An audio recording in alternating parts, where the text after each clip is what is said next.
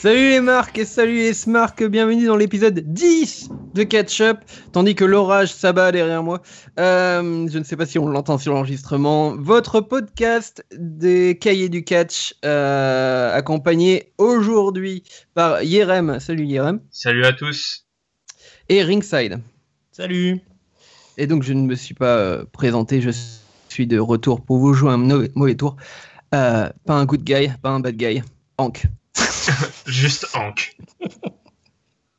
Donc on va parler aujourd'hui tout simplement de Monday Night Raw, comme toutes les semaines. Donc ça va être le Monday Night Raw du 27 juin si vous regardez au calendrier. Un Monday Night Raw qui s'est commencé, enfin qui a débuté avec l'arrivée de Seth Rollins sur scène et de façon assez étonnante, il commence par parler de Roman Reigns qui, comme vous le savez bien puisque vous passez votre vie à regarder les news de catch, Roman Reigns a été suspendu pour une infraction à la Wellness Policy de la WWE. Qu'on ne connaît pas pour l'instant, hein. L'infraction, ça peut être du shit, il a peut-être tapé une femme, on ne sait pas. Mais visiblement, tu t'es déjà fait une histoire dans ta tête, toi. Non, mais disons qu'il y a un peu les classiques, tu vois, la WWE, c'est soit tu frappes ta femme, soit tu fumes un joint. Et pourquoi pas les deux? Ouais, tu peux faire les deux, mais je pense qu'il aurait pris écrasé son joint sur une femme. Je pense qu'il aurait pris un peu plus qu'un mois. Mais donc voilà, il est absent pour un mois. Donc il parle de Roman Reigns, Seth Rollins parle de Roman Reigns en disant que justement il n'a pas le droit d'en parler. Alors ça c'est très drôle parce que 3 secondes après il demande au producteur, au réalisateur de mettre le dernier tweet de Roman Reigns sur le Titan Throne. Donc il se fout de sa gueule en montrant le tweet d'excuses. Il dit que Roman Reigns se proclame seul contre tous. Alors pourquoi il demanderait des excuses à tout le monde? Il se fout de sa phrase. Donc à la fin du tweet, il dit I own it. Ça veut dire j'assume. En disant que c'était très facile de dire ça après coup. Après avoir fait son erreur et aussi, alors ça il faut vraiment comprendre l'américain, mais il lui dit qu'il l'a owné, bref, à WrestleMania etc. En clair que Seth Rollins l'a bien eu à chaque fois qu'il l'a rencontré par ses tricheries, par ses victoires tout clean même, donc voilà. Et il demande que Roman Reigns soit écarté du Triple Threat match qui est prévu à Battleground, donc entre les membres du Shield, je rappelle, Seth Rollins, Dean Ambrose et Roman Reigns.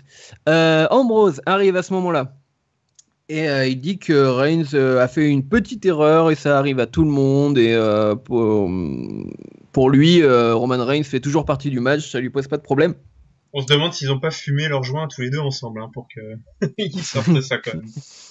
Donc ouais, non mais c'est vrai que c'est un peu étrange, surtout qu'on ne sait vraiment pas pourquoi il a été suspendu. Donc du coup, Ambrose pourrait être en train de défendre le fait de fumer des joints comme le fait de de voler dans un magasin ou de voilà.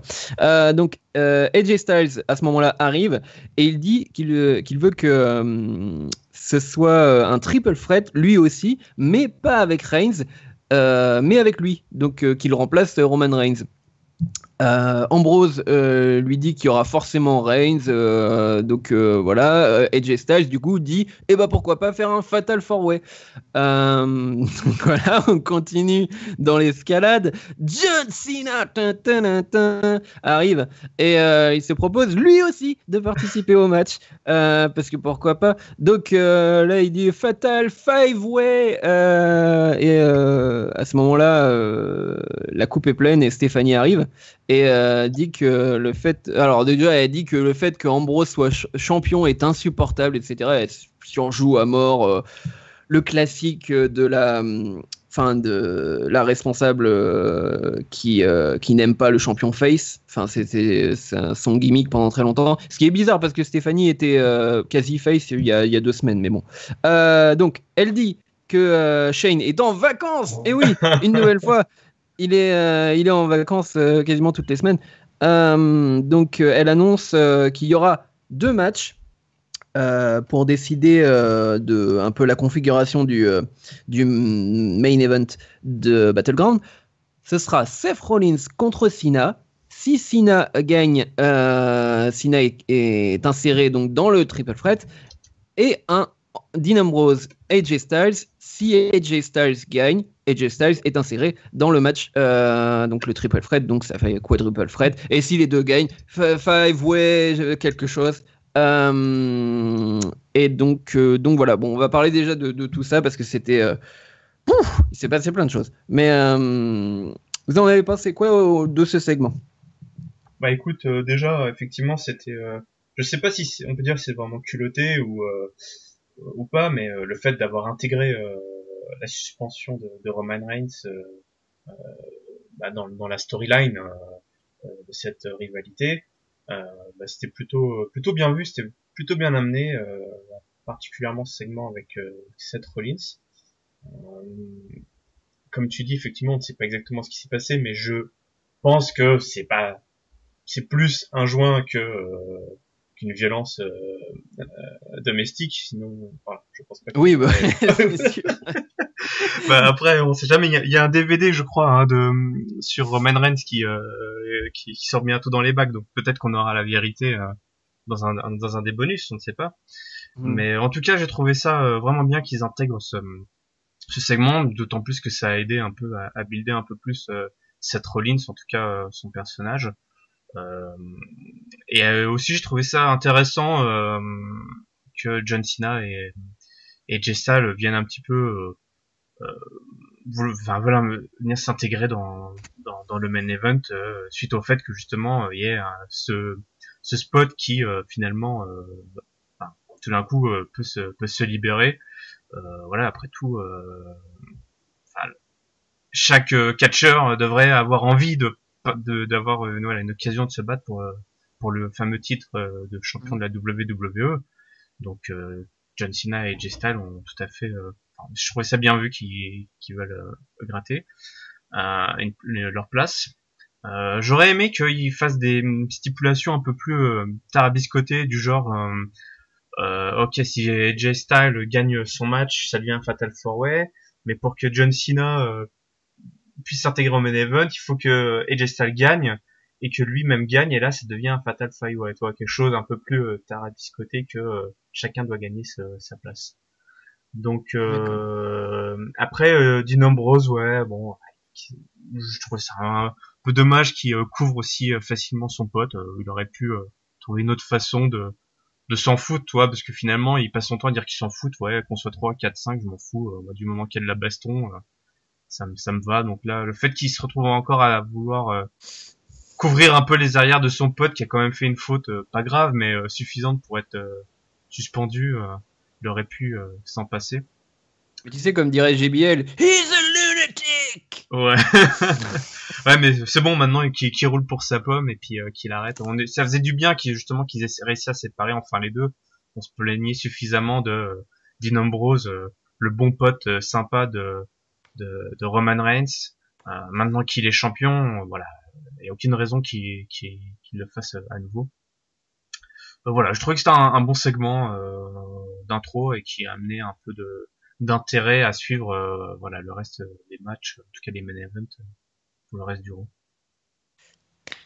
Ouais, à court terme, c'est pas mal, mais moi je suis un peu inquiet de ce que ça va donner plus tard si à chaque fois qu'ils ont un lutteur qui est piégé par la wellness policy, et ben ils s'en cachent pas et puis ils le suspendent puis ils en parlent directement. Je me demande ce que ça va donner dans les années à venir. Ça fait un précédent. Là, dans l'absolu, c'était bien fait le segment, ça fonctionnait bien. Du coup, ils ont sorti la grosse artillerie parce que les deux matchs Rollins, Cena et Jay Styles Ambrose, c'est quand même des belles affiches du coup. Ça permet au moins d'avoir des main events. Enfin, désolé de te couper, mais c'est clairement là les deux matchs qui filent, c'est des main events de pay-per-view quoi. C'est ça. C'est ça. Alors, bazarder en weekly comme ça, un peu à la va-vite. Ça fonctionne sur une semaine, mais après, je ne sais pas si sur le long terme, ça peut donner quelque chose de vraiment pertinent. J'aime pas trop le fait qu'il casse comme ça le kayfabe, finalement. Surtout sur les histoires de drogue, etc. Bon, c'est pas, comme on dit, on sait pas si c'est grave, mais bon, ça fout mal quand même d'avoir le futur visage de la WWE qui s'est déjà fait toper une fois pour. Oui, je pense que le gros souci qu'ils ont là, et c'est pour ça qu'ils ont fait un truc aussi original, différent par rapport à d'habitude, c'est que il y a le double problème. Non seulement c'est normalement le top guy, quasi top guy, il a perdu sa ceinture il y a pas longtemps, quoi. Et en plus, c'est le top guy qui en chie toujours pour convaincre le public, etc. Donc si en plus on n'en parle pas, mais qu'on le laisse dans le match, ça va énerver encore plus les gens. Donc l'histoire je trouve que c'est la meilleure solution qu'ils ont pu trouver pour garder Reigns dans le match. La moins pire. Ouais, voilà. Sinon, il aurait dit quoi? Il s'est blessé en tombant du trottoir et donc. De toute façon, il sera là pour le pay-per-view. Ce sera encore plein que la WWE l'aurait une fois de plus couvert. Mais en même temps, s'ils n'avaient pas lâché le morceau, on l'aurait peut-être jamais su. On s'est posé des questions parce qu'on l'aurait pas vu, mais. Ouais, c'est ça. Et peut-être comme ça. Bon, après, s'ils l'ont sorti, c'est qu'à mon avis, ils n'avaient pas trop le choix. C'est le genre de truc qui filtre super vite. Hein. Adam Rose, on l'a su super vite. Ces problèmes, Mais après, ils en ont pas parlé à SmackDown alors qu'ils étaient au courant. Ils étaient au courant depuis avant le Money in the Bank. Donc ils le font, mais ils le font un peu comme ils veulent. Ça, c'était peut-être pour préserver comme la fiche du pay-per-view, toi. En parler avant le pay-per-view, c'était un peu ouais, c'est sûr. Mais dévoiler la fin, quoi. Enfin bref. Je suis perplexe pour l'avenir parce que ça fait quand même un précédent qui est pas. Oui, c'est pas anodin. On verra. Là, on est clairement, on est dans une illustration de ce que la WWE, la gestion des événements par la WWE peut être à l'avenir avec cette fameuse reality era qui se situe à plusieurs niveaux, toi, pas simplement on a les catcheurs les fans réclament tel catcheur sur les réseaux sociaux, alors on va lui donner une chance. Non, c'est on va de plus en plus loin dans l'envers du décor. Ouais. Ça se voit aussi notamment avec toutes les émissions, les reportages qu'ils font qui cassent le kayfabe. C'est effectivement, comme tu dis, on touche une fois de plus au kayfabe qui est de plus en plus mince.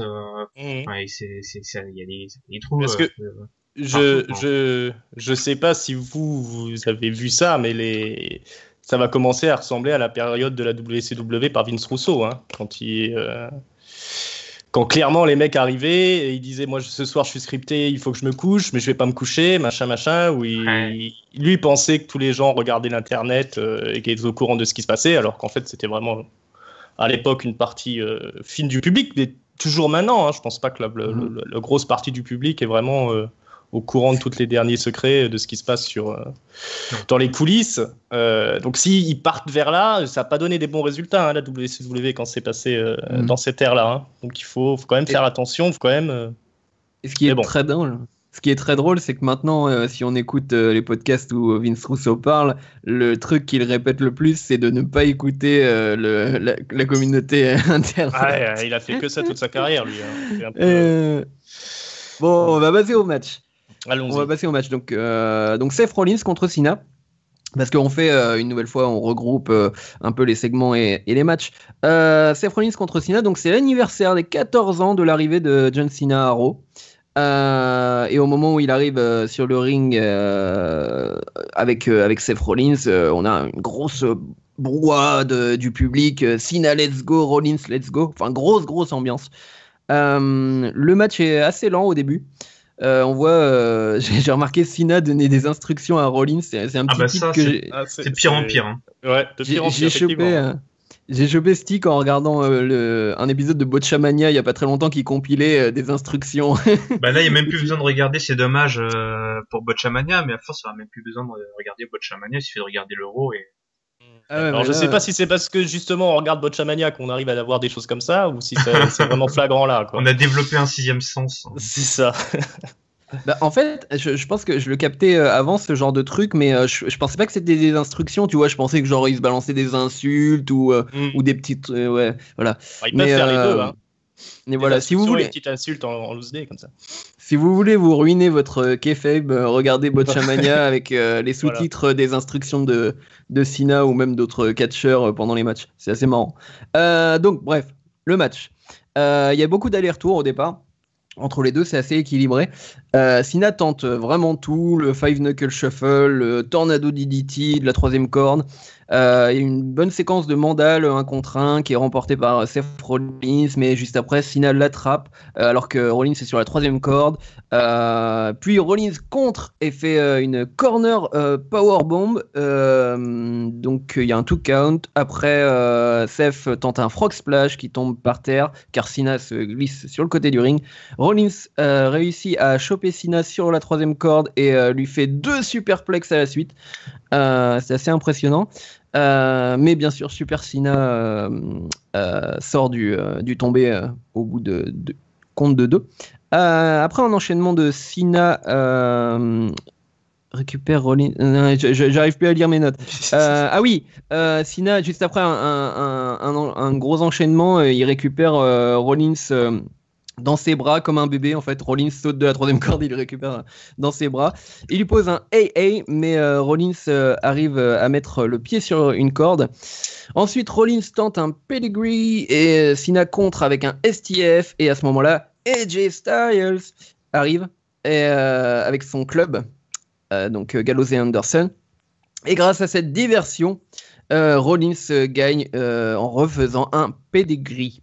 Donc voilà. Rollins gagne et Cena n'est pas qualifié. Et on a une nouvelle fois une illustration du de l'intervention AJ Styles, enfin de l'intervention Gallows Anderson qui coûte la victoire d'un match. Est-ce que vous voulez qu'on parle qu'on parle du match d'après et qu'ensuite on parle des deux ou c'est comme vous voulez? Bah écoute, ouais, parlons du match après, et puis comme ça, Alors le match après, donc c'est Dean Ambrose contre AJ Styles, parce qu'en fait ils ont un peu la même construction, donc c'est pour ça que Ah bah voilà, fallait le dire. Voilà. Donc Seth Rollins est au commentaire cette fois-ci. Alors il dit quelque chose d'assez bizarre, j'ai noté dans ses commentaires, il dit peu importe si c'est un triple threat ou un quadruple threat, mais en même temps il dit ça doit être un contre un, moi contre Ambrose, donc c'est un peu étrange. Donc le match plutôt bon qui s'enflamme vers la fin, beaucoup de comptes de deux et Anderson et Gallows reviennent à la fin du match pour faire gagner AJ Styles, mais Cena arrive derrière eux. Et donc réussit à les calmer et Ambrose gagne grâce à un Dirty Deeds. Ensuite Rollins fout un pedigree à Ambrose. AJ Styles et le club défoncent John Cena devant le Titan Throne et voilà, ça c'est le deuxième match. Donc qu'est-ce qu'on a pensé de ces deux matchs? Bah c'est vrai que c'est quand même, vous l'avez dit tout à l'heure, c'est 2 matchs dignes de pay-per-view, donc là-dessus on était gâtés, c'était vraiment deux matchs très très solides. Voilà, bon, on regardera un petit peu à John Cena qui se fait cueillir comme un bleu par l'intervention d'AJ Styles. J'aime bien les mecs, ils débarquent, ils sortent à peine le nez du titantron que les mecs s'arrêtent de catcher, toi. Ça serait bien que de temps en temps, toi, garde un œil, ils voient un mec débarquer, ils le gardent d'un œil, mais toi, que ça soit au dernier moment, que les mecs commencent vraiment à vouloir intervenir aux abords du ring, avant qu'ils commencent à vraiment se faire déconcentrer. Donc ça, c'est le petit truc qui me fait toujours un petit peu tiquer. Maintenant, j'ai vraiment beaucoup aimé la prestation technique John Cena, Seth Rollins. C'était vraiment un super match. Et j'ai encore plus aimé j'ai préféré encore le deuxième. Ouais, donc c'était AJ Styles, contre Ambrose contre AJ Styles. Ouais. Parce que j'ai beaucoup aimé la partition de Seth Rollins aux commentaires notamment, qui vraiment encourageait. Alors tu dis au début il savait pas trop sur quel pied danser, mais il encourageait vraiment Dean Ambrose à gagner quoi. Et, J'en ai pas parlé, il a passé vraiment beaucoup de temps à dire je sais pas qui encourager tout ça, et puis alors vers la fin il était tellement pour Ambrose parce que c'était ouais, il disait vas-y mon petit, vas-y tu vas gagner. Enfin toi il était, j'ai beaucoup aimé ce moment-là. Voilà, bon, pas de surprise au final, hein, aucun des deux, on n'aura pas ni AJ Styles ni John Cena dans l'affiche, qui finalement aurait pu être la grosse surprise vu justement le triple threat avec Roman Reigns qui pouvait être un petit peu en danger. Donc ils auraient pu tout à fait transformer ça en Fatal 4-Way et reporter le fameux triple threat du Shield plus tard. Hein. Mm-hmm. Donc ouais, j'ai beaucoup aimé hein, globalement ces deux matchs et le résultat. Bon, moi je suis moins emballé. J'ai toujours du mal avec Cena, sa façon de survendre les coups en début de match. Là, il se prend un coup de poing, un coup de pied, il reste 5 secondes, 10 secondes par terre, sonné direct. Ah bah ça tu leur frappes hein. Ouais, c'est marrant parce que juste sur ce passage-là, Cena au tout début, je sais plus, il se prend des mandales et en fait il se relève à chaque fois 3 secondes après pour se reprendre une, etc. Enfin, c'est très bizarre la façon dont un peu l'impression des fois de voir le match à l'envers, quoi. C'est ça. Bah, un peu trop survendu. Voilà, c'est bien qu'il book fort comme ça Rollins, mais c'est un peu trop survendu à mon goût. Là, c'était déjà le cas contre AJ Styles. Bon, après, vers la fin, bon, il y a rien à dire. C'était du bon niveau. Le finish, c'est classique. Pour le Ambrose AJ Styles, c'est pareil. Je suis pas emballé. Bon, après, ce week-end, moi, j'ai regardé le New Japan et la ROH. Donc au niveau in-ring, forcément, je peux pas être trop emballé par ce qu'ils nous ont fait là. J'étais vachement déçu par Ambrose en début de match. Là, je trouvais qu'il était pas dedans, il avait pas le timing et qu'il faisait un peu pitié comparé à AJ Styles. Je pense que AJ Styles, il est nettement au-dessus. Il faudrait quand même qu'il pense à le pusher encore plus. Oui. Et par contre, j'ai bien aimé le final du show, le fait que les images qui ressortaient avec Rollins qui tenait la ceinture, le pied sur la tête d'Ambrose, et puis de l'autre côté le club qui était avec un John Cena à terre comme ça. Je trouvais que c'était des belles images. Des belles images de heel. Voilà, exactement. Dominant. Voilà, parce que j'ai pas tout compris hein, au Raw de cette semaine, mais au moins bon, le final était pas mal. Voilà, après la performance d'Ambrose, j'ai beaucoup de réserves là sur le coup là. Je trouve que voilà, AJ Styles il est nettement au-dessus. Hein. C'était un peu flagrant. Hein. Ça m'a rappelé certains matchs. Ça m'a rappelé un match de Edge contre Chris Jericho à une époque dans une cage où aussi on avait vu les faiblesses de Edge comme ça. Mais bon, après déroulement classique, donc c'était pour un final réussi. Donc il y a pas. Puis les commentaires de Rollins c'était bon aussi effectivement. J'avais un peu peur au début du match que Rollins fasse de l'ombre en fait, justement au match, parce qu'il parlait pas mal.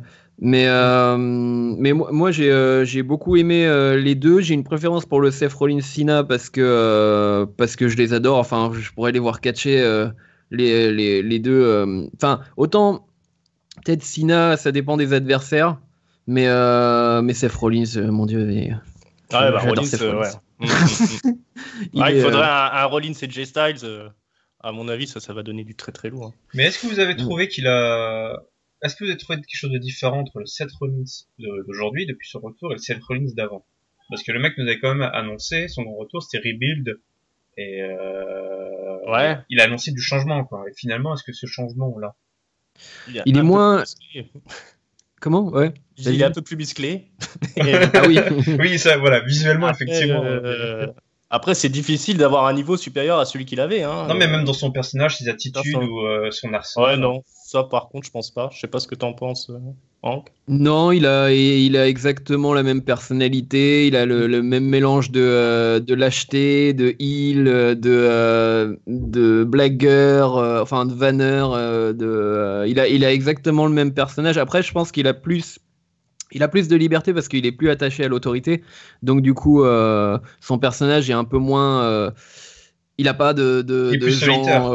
Ouais, voilà, il a pas de personnages énervants autour de lui, genre Kane ou même Stéphanie hein, à l'époque, qui était difficilement supportable. Mais donc voilà, il est un peu libéré de tout ça. Et au niveau du catch, je trouve qu'il est moins aérien. Il fait encore, je dis pas, hein, il fait encore, il est dans le haut niveau des mecs qui jouent, enfin, qui sautent souvent de la troisième corde. Mais il est, on sent qu'il prend moins de risques. Enfin, enfin, il est en redémarrage, quoi. Mais il prend moins de risques qu'à une époque où quasiment toutes les semaines tu le voyais sauter sur une table ou faire, Ouais. faire des trucs pas possibles. Mais donc voilà. Et non, j'ai trouvé Sina, même si voilà le début du match, il en faisait peut-être un peu trop, mais sinon Sina, il a vraiment, c'est c'est vraiment la fluidité des enchaînements qui franchement marque quand tu vois Sina Rollins, les mecs ils sont enfin, tout est vraiment millimétré, à part quand il lui casse le nez. Mais sinon, C'est ce que j'allais dire, c'est peut-être pour ça qu'il fait plus de coups de genoux violents. Hein. La dernière fois, il lui a pété le nez. Parce que il est un petit peu mollo cette fois-ci. Hein, ouais. D'ailleurs, j'ai dû en parler peut-être dans le podcast, mais Rollins, en interview, je sais plus où c'était peut-être dans son documentaire. Il dit que John Cena est plutôt maladroit sur le ring et que donc voilà, Ah oui, c'est c'était lui qui a mis lui son nez qui, sur le. il est resté la tête penchée un peu trop longtemps. Enfin bref. On va passer aux femmes. Et oui, les women pour Paige et Sasha Banks contre Charlotte et Dana Brooke. J'ai noté alors vous allez peut-être pas être d'accord, un très bon match pour moi. On met en valeur donc la rivalité Banks contre Charlotte. Clairement cette fois-ci, je trouve. Paige fout énormément de mandales et de kicks super stiff à Dana Brooke. Brooke, j'ai noté, ne botche presque pas, ce qui est remarquable cette semaine. Il y a eu juste un moment C'est tout où ce qu'on lui demande. Hein. ouais, voilà. Juste un moment où Sacha lui a fait un coup de pied et elle l'a un peu scellé un peu tôt, mais sinon. Donc Sacha fait beaucoup de comment? J'ai noté de taunt, enfin bref Provocation. de provocation, exactement, voilà. De provocation à Charlotte pendant tout le match, en fait. Elle se fout beaucoup de sa gueule. On voit donc que Sacha remonte un peu son jeu hein, au niveau catch. Enfin, en même temps, on l'avait. Elle vient de revenir, mais j'ai trouvé que elle était plus efficace et surtout Charlotte qui est là cette fois-ci beaucoup plus rapide sur le ring que d'habitude. Donc le public a très bien réagi aussi parce qu'il y avait Sasha Banks. Ce qui est aussi assez original hein, pour un Raw parce que le public avait repris ses habitudes de dormir pendant les matchs des femmes ces derniers temps et donc voilà on a repris un peu d'intérêt. La fin du match, c'est Sacha qui gagne sur le bank statement porté sur Dana Brooke. Voilà, voilà. Donc les mots ne résument pas bien le match, mais si vous pouvez, regardez-le parce que ça faisait un bail qu'on n'avait pas vu un bon match des femmes à Raw. Ouais, tout simplement pour se remettre dans le bon sens, quoi, toi. Parce que c'est vrai que ce qu'on nous a proposé la semaine dernière, c'était relativement pathétique. Là, on a un match qui dure presque 10 minutes, donc ce qui n'est pas rien, parce que finalement, c'est le troisième match le plus long après les deux main events, si je puis dire, dont on vient de parler. Donc ça c'est bien. En plus, ce que j'ai aimé, c'est qu'effectivement, comme tu dis, on a remis ou tenté de remettre tout le monde fort, quoi. C'est-à-dire qu'effectivement, Sasha Banks et Paige, j'ai bien aimé aussi le boulot qu'a fait Paige, cette volonté de la garder quand même costaud et solide. C'est important à mes yeux, toi, de ne pas avoir simplement deux catcheuses qui sont les catcheuses, on va dire, qui vont se battre pour le titre au prochain pay-per-view, fortes et solides. Et puis du coup, dès qu'il y en a une des deux qui a perdu, quelle est le prochaine prétendante et ça sortait du chapeau, toi. Là, c'est bien de montrer que voilà, il n'y a pas que Sasha Banks et Charlotte, il y a aussi Paige. Bon, elle a eu sa chance la semaine dernière, si je dis pas de bêtises, sans succès, mais voilà, c'est bien. Et puis on verra plus tard que il y a pas eu que cette affiche-là pour les filles. Et voilà, donc ouais, voilà, moi je suis ravi, rien que ça, voilà, on part dans le bon sens. Je suis impatient que voilà, c'est dommage en fait que Charlotte ait perdu de sa superbe, si je puis dire, et avec les derniers pay-per-view, sa storyline avec Natalia. Mais je compte sur le prochain pay-per-view là, sur Battleground, pour la rebooker une dernière fois vraiment très fort, en tout cas les semaines qui viennent, pour voilà, pour avoir vraiment une rencontre entre Charlotte et Sasha Banks au plus haut niveau, quoi. À la révolution des divas, ça passe par Sasha Banks et puis c'est tout, hein. Voilà, elle est de retour, c'est tout de suite mieux. Et voilà, bah tant qu'elle sera là, ça sera intéressant de regarder les gonzesses. Les gonzesses. Voilà. Non mais qu'est-ce que c'est? On n'est pas sur un. Je suis le misogyne des cahiers du catch. Je sais pas si vous savez. Chacun son gimmick. Voilà, c'est Kefeb. Le Val Vénis du podcast, quoi. Non mais voilà, ouais, c'était pas très bon pendant quelques mois. Et puis voilà, Sasha Banks arrive et puis tout va mieux. Ouais. Après toi, justement, c'est ça qui me, Sasha Banks, je l'adore, hein. Il y a pas de là-dessus. Mais moi, j'ai pas non plus envie, et je pense pas d'ailleurs qu'il y ait que Sasha Banks pour porter cette fameuse révolution, toi, ce que je veux dire. Ouais, mais sans elle, il se passera rien, je pense, hein. Ouais. Les autres, elles sont douées, mais elles ont pas le petit truc qu'elle a, elle. Non, bien sûr, oui, qu'elle devienne on va dire un peu le porte-étendard de cette révolution. Aux yeux des fans, ok, mais j'ai pas envie que ça soit le cas non plus qu'aux yeux des bookers, toi. Je veux dire, Charlotte aussi représentait cette révolution, quoi. C'est quand même elle qui a porté le titre, le titre de Woman Champion, et c'était pas anodin, je trouve. Et c'est dommage quand même ce qu'ils ont fait avec Charlotte. Ok, Sasha Banks c'est pas là, et alors, toi, il y en a d'autres qui sont là, qui sont soit déjà là ou qui vont arriver. Et voilà, j'ai envie qu'il n'y ait pas que Sasha Banks. C'est pas ce que je veux dire. Ouais. Il y a Bayley, hein, qui est en attente. Il les laisse stagner à NXT. Tant qu'il les laisse stagner là-bas, au lieu de faire monter Dana Brooke, voilà, fallait réfléchir un petit peu. Mais effectivement, après Becky Lynch et Charlotte, elles sont bien, mais ça fonctionne quand il y a Sasha Banks vraiment, hein. Sinon, non mais clairement, ça reste un peu léger. Clairement, il y a un manque dans le roster féminin, mais ils avaient fait un bon début. Je pense qu'ils auraient pas dû laisser autant de temps entre l'arrivée de Becky Lynch, Sasha Banks et c'est tout. Je sais plus. Et Charlotte tout. Becky Lynch, Sasha Banks et Charlotte, elles sont arrivées. Bon. Normal que elles se battent contre les anciennes, les divas, mais ils auraient dû faire venir du 109 assez rapidement pour faire la transition totale, et on n'est pas passé à la transition totale, on est passé à une espèce de la révolution, c'est c'est le purgatoire, quoi. C'est une semi-révolution où on fait bosser des divas avec des filles d'NXT, et donc du coup ça donne des choses peut-être un peu moyennes, et puis aussi leur storyline était tellement mal écrite, enfin quand elles sont arrivées, c'était genre on est trois copines, déjà les mettre ensemble c'était un peu risqué, parce qu'on a quand même tout le talent rassemblé dans la même team, qui donc du coup peut pas se battre en fait. l'un contre l'autre. Les talents s'annulaient du coup. C'est ça, c'est ça. Elles s'effaçaient l'une l'autre, quoi. C'était, il y avait pas chacune ne montrait pas son propre caractère, parce que, clairement, avant qu'elles débarquent, elles avaient vraiment des rivalités, un passif qui faisait que chacune avait déjà une place. Après, tu dis qu'effectivement, on n'a pas fait monter peut-être assez de monde, ou je ne sais pas, mais ils ont quand même refait monter, ok, Dana Brooke, mais il était remonté avec Emma, qui avait quand même refait, on va dire, une reformation.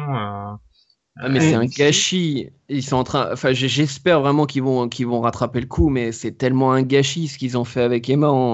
Quand elle est revenue, c'est-à-dire que ils l'ont fait revenir au milieu d'un troupeau de divas dans un. C'était quoi déjà? C'était un dark match. À WrestleMania, quoi. Divas Team versus les Baden Blondes, un truc. Et ça commençait à peine à s'améliorer quand il y a eu ce début de feud avec Becky Lynch. Puis bon, après, il y a la blessure, mais Ouais, ça on peut effectivement. ouais. Et comment, à un peu faire de mal à NXT, bah, il aurait fallu faire monter. Enfin, je veux dire, alors, ok, c'est bien qu'elle soit championne, mais Asuka, mais elle dynamiserait tellement le truc aussi. Ouais, sois patient, parce qu'il faut aussi assurer la relève à NXT, tu vois ce que je veux dire. Faut pas siphonner tout NXT d'un coup. Bailey va C'est probablement bon, il y a monter Alexa d'ici peu. Bliss. Il y a Alexa Bliss. Ouais, mais toi, Alexa Bliss, c'est la relève de la relève, quoi. Toi, Ouais. Non, c'est mais c'est ils vrai ont un qu'ils bon ont. roster, mais effectivement, il est assez, c'est en enfilade, quoi. Si tu veux. Donc, Mm. déjà d'avoir fait monter les trois quasiment en même temps, c'était un gros coup et même moi à l'époque, je me souviens, j'avais trouvé ça que c'était limite trop, toi, avec Stéphanie qui énonçait les noms, tu t'es dit, mais attends, ils sont en train de tout siphonner NXT, ils vont pas savoir quoi en faire. C'est un peu ce qui s'est passé. Plus les accidents, plus le mauvais booking, les storylines à la con.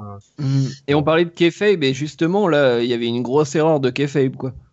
À l'arrivée de Banks, Lynch et Charlotte. C'est que on les a présentés, genre, et voici la relève des divas, Ouais. attention, c'est les vraies catcheuses et tout ça, et on les adore. Et tu fais, genre, dès le début, alors non seulement elles sont toutes amies entre elles, en plus, les dirigeants les adorent. Enfin, c'est-à-dire, voilà comment annihiler le charisme Non, bah de toute façon, de clairement ils personnage. ont fait un faux départ. Là, tout le monde était d'accord là-dessus. Je me souviens, voilà, tout le monde avait trouvé que c'était vraiment un faux départ. Hein. On se demandait vraiment, attendez, la révolution, mais qu'est-ce qui se passe?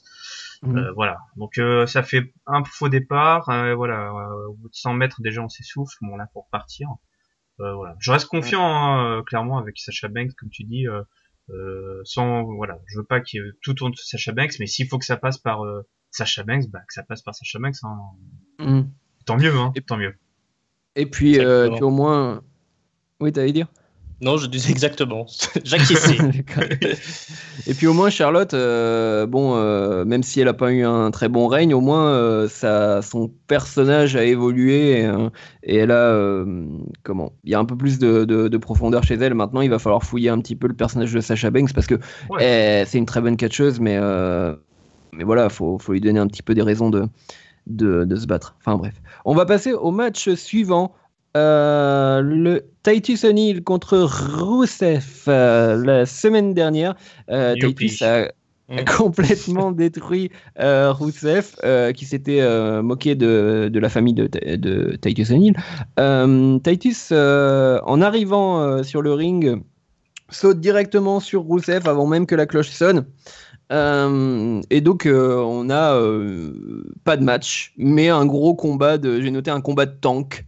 Parce que c'est deux mecs super baraques qui se foutent des grosses mandales, des clotheslines, des coups d'épaule. On dirait Euh... cette pub pour World of Tanks, tu sais le jeu, ouais, ouais. le MMO de char d'assaut. Est-ce que tu veux un catcheur qui fait 3 coups mais très violemment? Exactement. Donc, enfin,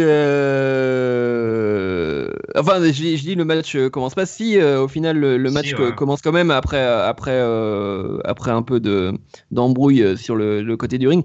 Et donc, à un moment, Titus, dans un nouvel effort de gros tank américain, balance Rusev dans la Timekeepers Area, donc l'air des gens qui tiennent la cloche. Et donc, il remonte sur le ring et il gagne par compte à l'extérieur. Enfin, des comptes à l'extérieur. Donc, voilà, la rivalité Rusev Titus continue. Je trouvais ça. Enfin, d'habitude, je vous demande votre avis en premier, mais là, ça va être rapide. Moi, je trouvais ça moyen, mais pas, ça m'a pas gêné. Enfin, et puis c'est plutôt marrant de les voir se défoncer la gueule. Par contre, est-ce que ça va tenir 10 minutes dans un pay-per-view? Je sais pas. Mais voilà, quand ça dure 2 minutes comme ça et que c'est un gros truc de bourrin, bon. Ouais, c'est ça. Non, mais vite qu'on passe à autre chose pour Rousseff. Vite, s'il vous plaît. Là, ça devient Ah bah, gênant. En plus, là, il perd. Je sais pas, drôle de booking quand même. On veut le remontrer. Alors, ils perdent par des comptes à l'extérieur, ok, d'accord, parce qu'ils se mettent sur la tronche, mais ça relance la rivalité. En plus, j'ai toujours du mal avec le fait qu'un mec qui a un title shot perde et derrière, il continue sa rivalité et pour probablement en avoir un deuxième. Si c'est justifié, d'accord, mais là, il y avait pas photo, hein. Je me souviens, le Rusev avait gagné clean contre Titus O'Neil, il me semble, donc, lors du pay-per-view. Bon voilà, ouais, qu'on passe vite à autre chose. Et tu comprends pas, il a insulté sa famille. C'est ça. C'était Maintenant, gênant. il a le pouvoir, mais c'est l'Amérique, tu vois. C'est le pouvoir de la foi en la famille, et la patrie et tout ça, quoi. Bah, ce qui est gênant, c'est que c'est Rousseff qui fait tout le match, hein, surtout. Hein. Titus, il fait rien du tout. Hein. Tu dis qu'il le balance à travers la barrière de sécurité, là. C'est Rousseff qui se jette dans la barrière. Hein. Titus, il s'enlève, mais il est déjà même pas devant. Vraiment, il fait rien du tout, quoi, Titus. Hein. Voilà, c'est nul. Et puis je sais pas s'ils vont nous faire ça en pay-per-view, ça va être. Voilà, il y a mieux à faire que ça quand même. Hein. Ouais. Je suis méchant, hein, mais. Vous inquiétez pas pour les auditeurs du podcast. Peut-être qu'il y aura Giscal la semaine prochaine pour remonter un peu. Je dis pas la sale note de merde que je vais mettre au show. Hein. Un peu de positivité. Giscal, s'il te plaît, reviens. Parce que le podcast, il a besoin de toi. Sina aussi, il a besoin de lui. Donc là, on va passer à une séquence que vous attendez chaque semaine, qui n'a pas été très bien scellée, je trouve, la semaine dernière. C'était un petit peu genre, ouais, on va passer à la séquence, blablabla. Attends, voilà, il débutait, c'était nos deux apprentis qui débutaient dans le hosting de podcast. Ils sont très bien débrouillés d'ailleurs, j'en profite. Non, mais c'est très bien. Mais sévère mais juste, Hank. Sévère mais juste. Viril mais correct. Viril, j'en sais rien. Allez, vous entendez la musique arriver au loin, c'est le Jobbers World, le monde des jobbers. Moi qui pensais que ça avait déjà commencé. Oui, mais je n'ai pas prononcé. Tant que je ne prononce pas le nom de la séquence, elle ne commence pas. Aujourd'hui, un Jobbers World, je vous préviens, il y a des non-jobbers dans ce Jobbers World parce que c'est un petit peu un mix. Nous avons eu Enzo et Cass qui arrivent et ils vont se battre contre des locaux. C'est pour ça que je l'ai mis dans le Jobbers World. C'est des extra jobbers parce qu'on ne saura jamais leur nom. C'est vraiment des jobbers là pour le coup. Voilà. Enzo dit que le public est la vague qui les portera au sommet de la WWE. Et donc il demande au public pendant le match de faire une hola. Enfin une vague, donc une hola. Squash de 30 secondes. Avec une combinaison de Cass qui balance Enzo sur un inconnu donc. Et donc les mecs sont jamais cités. Et à la fin, bien sûr, il les traite de soft, ce que j'ai trouvé particulièrement cruel, parce que les mecs, on sait pas leur nom, on les a à peine vus, franchement, dans la réalisation du match. Je sais pas si on a vu les deux. On a même pas vu leur visage, et en plus, voilà, on les traite de soft.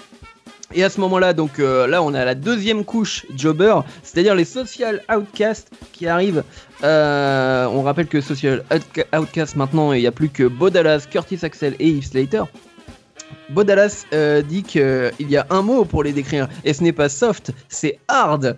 Et donc ils disent qu'ils reviennent du set de Marine 5. Non, j'ai pas dit Maroon 5, hein, The Marine 5, c'est-à-dire le film où il y a le Miz. Prochainement sur votre, j'allais dire sur votre network. Enfin bref, dans votre boutique DVD. De location, de location de DVD, voilà. Enzo donc en profite pour se foutre de leur gueule en disant alors vous êtes hard, parce que hard ça veut dire avoir la gaule en américain. Aussi, enfin parmi les définitions du mot.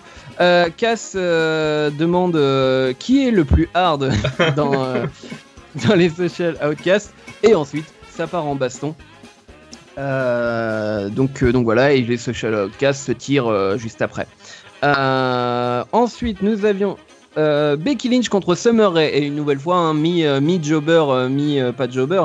Becky Lynch arrive donc vers Summer Rae pour débuter le match, mais directement part du ring pour attaquer Natalia, qui se trouvait à la place de commentateur. Donc elle lui gueule, t'as fait chier la mauvaise catcheuse, je vais te dégommer la tête ou un truc comme ça. Enfin bref, elle est super vénère. Donc voilà, elle prend un petit peu le dessus physiquement, ce qui est assez rare pour Becky Lynch, qui se fait traumatiser toutes les semaines. Donc voilà, c'était sympathique. Ensuite, nous avons une nouvelle fois mix jobber, pas jobber, Cesaro et Apollo Crews contre Del Rio et Sheamus. Tu vas fort là quand même. Alors ouais, non mais j'y vais très fort, mais en même temps la façon de booker Del Rio et Sheamus ces derniers temps était pas loin de jobber quand même, j'ai trouvé. Donc un affrontement finalement pas si mauvais, hein. Le public se réveille un petit peu quand Cesaro reprend la main, et puis aussi pour supporter un petit peu Del Rio, hein, qui a toujours sa petite cote. Mais sinon ça reste quand même assez calme dans le public. Vers la fin du match, Del Rio s'en va et laisse Sheamus tout seul. Cruz balance des marches en fer sur la gueule de Sheamus, hein. Il fait une espèce de saut sur les marches, et voilà. Il fait ensuite son finisher sur Sheamus, victoire de Cruz et de Cesaro. Et je rajoute, parce qu'il n'y aura pas de séquence Nawak cette semaine, Darren Young et sa célèbre séquence Make Darren Young Great Again. Il dit qu'il veut gagner un titre individuel à WWE. Ensuite, j'ai noté Bob Backlund dit de la merde comme d'habitude. Et à la fin, ça fait beaucoup marrer JBL et Byron Saxton. Donc voilà, c'est la fin du Jobber's World. Waouh, sacrée séquence là. Expéditif, hein. Voilà. T'as une soirée après, qu'est-ce qui se passe? Non, mais l'orage se rapproche visiblement, et comme il est sur son balcon. C'est le principe du Jobber's World, hein. Normalement on n'en parle pas. Mais on va repasser à de la vraie discussion, avec une formidable séquence avec Stéphanie qui croise Kane dans les coulisses, parce qu'elle fait ça elle le croise toutes les semaines, hein. Je sais pas comment la sécurité fonctionne à la WWE, mais Kane arrive toujours à se faufiler, et il demande encore d'être GM, je crois, de SmackDown. The Miz arrive pour la première fois, on le voit dans le show depuis je sais pas, ça faisait au moins un mois, voire un peu plus. Parce qu'il était sur le tournage du Marine 5 et non pas Maroon 5. Il se plaint du fait qu'il n'y a pas eu de tapis rouge pour l'accueillir, et du chauffeur de la limousine qui n'a pas ouvert la porte, tout ça. Kane a l'idée d'organiser un match pour la ceinture intercontinentale, donc que le Miz a sur lui, ce soir. Et Steph lui dit c'est une bonne idée, Kane, on va faire un match pour la ceinture, mais je ne te dirai pas qui est l'adversaire, mon cher Miz. Ce sera une super surprise. On va passer donc au match et deviner ce booking de génie. C'est bien entendu le Miz contre Kane. Donc j'ai noté, putain, la WWE ne finira pas de nous emmerder avec Kane. Maryse, au milieu du match, se fait mal. On ne sait pas vraiment pourquoi. Elle le vend très très bien. Genre elle tombe, elle était sur le rebord du ring, et elle tombe comme ça tout d'un coup. On croit. Ah oui, t'as trouvé qu'elle avait bien vendu? Mais en fait, c'est pas que j'ai trouvé qu'elle. En fait, j'ai trouvé que ça aurait été, si c'était du faux, ça aurait été tellement mal vendu que c'est juste pas possible. Donc du coup, je me suis dit, c'est vraiment genre, tu peux. Je sais pas, par malchance ou je sais pas quoi, tu peux te faire mal sur le rebord du ring, ou je sais pas. Enfin bref, j'ai trouvé la séquence tellement bizarre. Je vais la raconter en entier. Et donc Maryse, donc du coup sur le bord du ring, tout d'un coup, elle a une jambe qui lui fait mal et elle tombe comme ça par terre. Et le Miz arrive vers elle et lui dit ça va, qu'est-ce que tu t'es fait, etc. Elle arrête pas de crier. Et donc le Miz part du match comme ça avec Kane qui fait une tête toute pâteau, genre bon. Bah, il part, oui, il transporte sa dulcinée en lieu sûr. Voilà, donc il fait une bonne action de face alors, finalement. Mais mais juste après, on voit dans les coulisses le Miz qui parle encore à Maryse, qui lui dit et alors, comment ça va? T'as toujours mal, etc. On va aller voir les docteurs et tout. Et là, Maryse, qui était soi-disant en train de pleurer, se met à rire et elle lui dit donc du coup que c'était du faux. Et là, il dit oh, tu mérites un Oscar, tu es la meilleure femme du monde, je t'aime, tout ça. Et donc voilà, c'était très mignon. On aurait pu se passer du match même, hein, mais bon.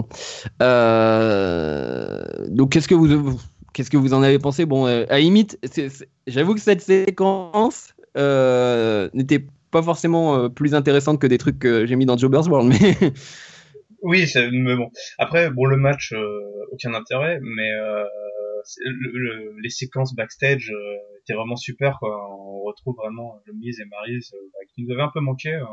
Enfin, moi, je trouvais voilà que ils étaient bien rodés les deux là. Effectivement, quand il arrive là en arrière-plan en plus, toi, il se passe une scène et puis on les voit arriver en arrière-plan. Je trouvais ça plutôt bien vu. Par contre, ce que je trouve dommage, c'est que ce soit encore Ken qui postule pour le poste de GM. J'avais l'impression qu'on partait sur une espèce de fil rouge avec voilà plusieurs prétendants qui venaient chaque semaine pour un peu faire valoir leur CV et, pour voilà prendre les rênes du show rouge ou du show bleu. Là, Ken qui revient une deuxième fois, bon, c'était un peu moins enthousiasmant. quelque chose me dit que Heyman a refusé. Hein. Non, mais voilà, si je me souviens bien, dans d'autres numéros de Catch Up, on avait cité quelques noms, notamment Vicky. Alors, je sais pas, on est d'accord, elle est pas venue encore, Vicky. Non. Ok, non, non. Et ou bien d'autres, Mick Foley ou voilà, d'anciens GM. William Regal, quelqu'un comme ça. Ouais, ouais, pourquoi pas William Regal, peu importe, ouais, vraiment. Et là, refaire revenir Ken, bon, okay, pourquoi pas. Ou le GM anonyme. Ouais, mais oui. Hans Wagel. Nous faire, non, mais c'est l'occasion de faire un peu plaisir aux fans qui suivent, voilà, le show depuis plusieurs années, de revoir d'anciennes têtes, d'anciens visages, voilà. Quand John Laurinaitis est revenu, j'ai adoré, toi. Et peu importe, effectivement, Vicky reviendra peut-être pas parce que voilà, il y a plein de raisons qui font que certains pourraient plus facilement revenir que d'autres. Mais voilà. People power. Ouais, non, mais c'était super, toi. Tiens, tu veux pas de moi, puis il repostule pour l'un, et bah non, je repostule pour l'autre. Enfin voilà, je trouvais que ce serait l'occasion de revoir plein de visages, et je trouve ça un peu dommage. Par contre, ce qui est cool, c'est le Miz qui revient, c'est derrière un titre intercontinental. Voilà, il faut trouver maintenant un prétendant en espérant que ce soit pas Kane. C'est ça. pas de Miz Kane en 2016, s'il vous plaît. Sinon, ouais, alors pour la petite histoire, Finn Balor avait tweeté qu'il était dans les coulisses avant le show. Donc je pense que les gens sur place ont dû bien s'attendre à voir Finn Balor débarquer en. Oh, ça aurait été tellement bon. Voilà, mais non. Plutôt Kane. Ouais, non, Kane Miz en 2016, c'est pas possible. Hein. Faut faire autre chose que ça. J'espère vraiment qu'on va pas rentrer dans une rivalité entre les deux parce que. Là, oui, espérons que ce soit un one shot, toi, non, le segment comique. Non, c'est pas possible. Ouais, non, bon, croisons les doigts. Et puis, alors moi, j'ai clairement entendu le Miz ou l'arbitre dire à Maryse de tomber, hein, juste avant qu'elle chute. Donc, voilà. En fait, j'ai pas dû faire attention au match, en fait, pour. Ouais, peut-être ça. Moi, j'avais le casque sur les oreilles, donc je pense que j'ai entendu. Voilà. Bah sinon, ouais, c'était à part les segments backstage, c'était nul, quoi. Mais je crois que Ringside a pris l'option premium du network avec le son en 7.1. C'est ça. Bon, enfin, tu dis à part les segments backstage, c'était nul, les segments backstage, c'était la moitié. Hein. Ouais, bah, la moitié était nulle, l'autre. Voilà. Non, mais tu vois débarquer Kane, bordel. J'ai pas précisé, il avait son masque. Hein, il avait son masque, c'était Damon Kane, hein, comme ils l'ont annoncé. Voilà. Et puis quand Maryse débarque, ne faites pas de plan sur le public. Laissez-nous regarder Maryse, bon sang. N'importe quoi. Ringside, les gonzesses et Ringside. Elle est là pour ça. Elle est là pour montrer sa plastique un petit peu, puis faire des... Ouais, non, carrément toi, attends. Oh là là, comme vous êtes. Ouais, non, bah voilà, espérons que c'est un one-shot. Hein. C'est tout ce que j'espère. Mm-hmm. Et on espère aussi que Finn Balor va se grouiller d'arriver. En plus, vu qu'il a une place toute, enfin, il a une rivalité toute faite du coup avec le Miz là, ça serait plutôt sympa de voir. Surtout que le Miz pourrait se moquer allègrement du maquillage de Balor et tout ça. Enfin, ou lui donner des conseils maquillage même. Enfin bref, il y a plein d'idées. Il y a plein d'idées à voir. C'est sûr, Finn Balor qui débarque dans la title picture intercontinentale. Ce serait un bon coup, ça c'est certain. Mais bon, attendons encore un petit peu. Trouvons un autre prétendant que Kane et Finn Balor pour le Miz pour le pay-per-view. D'ailleurs, je sais pas si vous avez une idée, mais de prétendant qui pourrait être challenger au titre, qui reste plus que deux ou 3 semaines. Ouais.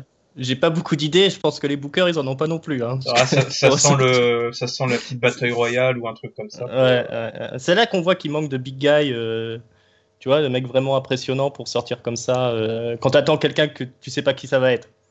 Quand un mec débarque, je pense qu'ils ont lancé Kane parce que Kane, à la base, c'est le gros monstre quasiment imbattable, quoi. Sauf que maintenant, quand il arrive, il impressionne plus personne, quoi. Donc, Mark Henry, alors peut-être. Ouais, voilà. Mais Mark Henry aussi, il se fait vieux, hein. Donc, ouais, bah des trois, avec Big Show, Kane, des trois, c'est celui qui reste encore un peu crédible, on va dire. Ouais. Mais J'allais dire, le truc qu'on oublie là-dedans, c'est que le dernier mec, enfin les deux derniers qui sont disponibles, qui étaient dans la title picture pour l'Intercontinental, c'est Jericho. Bon, Jericho, il fait son spectacle, hein, on va en parler juste après. Donc il a pas vraiment besoin de gros matchs, hein, mais on a Cesaro qui du coup est un petit peu dans la... Ah bah là, il repart un petit peu dans la spirale j'allais dire pas de jobber mais de worker, c'est-à-dire genre le mec qui fait des beaux matchs que tout le monde aime et machin, et attention parce qu'après il y a la zone Ziggler, hein. Faut pas arriver dans la zone Ziggler. La Ziggler zone. La Ziggler zone. C'est comme la Friend zone mais dans le catch. Twilight zone. Non, mais c'est vrai que Cesaro était, enfin, voilà, avec ce qui s'était passé, tout le booking qui avait été fait avant le départ du Miz, voilà, laissait penser que il allait rester dans la title picture avec pour le titre intercontinental. Malheureusement, le départ, enfin l'absence du Miz a fait qu'il a fallu l'occuper à autre chose. Et là, il n'y a pas eu d'interaction entre les deux pendant ce rôle-là. Alors, mais je serais très content aussi que Cesaro aille chatouiller le Miz et remporte le titre, toi. Ce serait aussi une bonne chose, quoi. Là, l'Euro prouve que non, quoi. Enfin, parce que si tu ramènes le Miz et que tu fous Cesaro bien avant dans le show et qu'il y a aucune interaction, il y a aucun sous-entendu ou quoi que ce soit, c'est un peu... Ah oui, non, mais clairement, je pense que les bookers ont oublié, comme la plupart des publics ont oublié qu'il y avait une feud naissante ou en cours entre Cesaro et le Miz. Et ça sent la bataille royale ou une connerie du genre vite fait pour booker un challenger. Et peut-être que ça sera Cesaro aussi, toi. Mais bon. Et parlons d'un court moment très corporate. La WWE fait un partenariat avec Special Olympics, les Jeux Olympiques pour les gens atteints de maladies mentales. Et j'ai trouvé que c'était une bonne touche que Stéphanie ne soit pas là pour présenter, hein, parce que Stéphanie en ce moment, hein, c'est un petit peu je hais tout le monde. Donc c'est René et Big Show qui présentent ça, et j'ai trouvé un peu bizarre que Michael Cole appuie à la fin et dit Very Special Olympians. Ah, c'est vrai, il a dit ça. Oh non. Michael, qu'est-ce que tu nous fais, Michael? On a compris, spécial, ça veut dire handicapé. Arrête. Je suis spécial. Voilà. Bon, Ah, après cette séquence émotion, Jericho présentait le highlight reel ce soir-là avec Sami Zayn et Kevin Owens qui sont toujours en rivalité. Donc Sami arrive et il dit qu'il faut arrêter cette rivalité qui pourrit la carrière des deux catcheurs. Et je suis totalement d'accord avec lui parce qu'à chaque fois qu'ils sont dans un match, ces derniers temps, je dis ça va pas être Owens ni Zayn parce qu'ils vont se foutre sur la gueule et ils auront pas la ceinture ou la mallette ou tout ce que vous voulez. Donc en fait, Sami Zayn était le porte-parole de Hank ce soir-là. Voilà, Sami, je murmure à l'oreille des Sami Zayn. Et donc, Sami Zayn dit qu'il faut en finir à Battleground. Et il demande à Owens de lui dire la vraie raison de sa trahison. On serait un petit peu dans une une sitcom, enfin une soap opéra plutôt. Donc voilà, parce que pour Sami, la vraie raison, c'est que Owens était jaloux de lui, parce que Zayn est arrivé 1 an et demi avant lui à la WWE. Et Kevin Owens, qui est particulièrement silencieux pendant ces peut-être 3 minutes de promo de Sami Zayn, il répond ensuite que c'était juste du business. Et que finalement, c'est Zayn qui a tort, parce que c'est Zayn qui n'a pas compris quand Owens l'a trahi, que voilà, il faisait ça juste pour pour monter dans les échelons, etc. Donc bref, à titre professionnel. Et donc du coup voilà, on a finalement deux raisonnements qui se valent. Et une séquence très, je vais pas dire jusqu'à émouvante, mais ça se prenait très au sérieux. J'ai beaucoup aimé le fait que Owens était plus dans le côté narquois, pas une touche d'humour ou quoi que ce soit. Il était genre sérieux et on a eu du coup cette promo qui était double promo qui était très basé sur la psychologie puis sur leur rapport et pas simplement sur le côté guéguerre je veux me venger de toi, tu veux te venger, etc. La seule ombre au tableau, on va dire, c'était le côté un peu grand guignol de Jericho, mais ça c'est son truc en ce moment qui leur demandait beaucoup. Alors cette gêne qu'il t'ait trahi, et donc à la fin, Jericho sort une petite tirade à Sami Zayn en lui disant: tu sais ce que je déteste en toi, c'est que tu respectes le public. et donc voilà, et que en clair il le traite de débile ou un truc comme ça, et il dit: ça m'énerve tellement que tu sois gentil, j'ai envie de te baffer. Et donc à ce moment-là il dit: mais je vais pas te baffer, tout ce que je vais faire c'est comme d'habitude, je vais vous donner le gift de Jericho. Et à ce moment-là, on a un très bon moment où Owens et Zayn font un kick dans la tête de Jericho.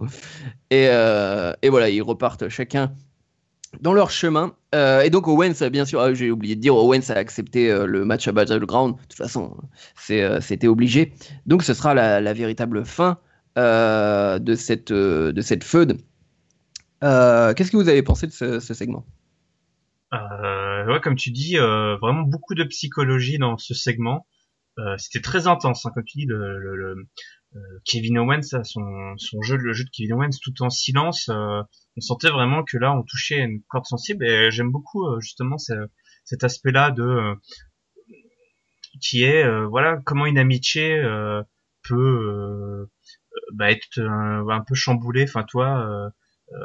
Quand deux carrières sportives voilà se font face, et j'ai beaucoup aimé, vraiment. Ouais, t'as raison, cette séquence là, il y avait beaucoup de psychologie, et ça, c'est en plus le super kick, le double super kick parfaitement synchronisé là, à la fin, c'était ça a vachement libéré la séquence, quoi. Et moi j'étais à fond dedans, et je sentais, j'avais envie que les deux, enfin tout d'un coup je voyais une espèce de tag team, toi, entre les deux, et je me suis dit mais super, enfin un jour on l'aura, j'en suis persuadé, cette tag team entre Sami Zayn et Kevin Owens. Évidemment pas tout de suite, évidemment que on va se taper là encore un dernier match entre les deux, et après on espère tous, j'ai l'impression que les deux vont être séparés par le brand split pour le bien de la rivalité des deux, et aussi pour leur carrière solo.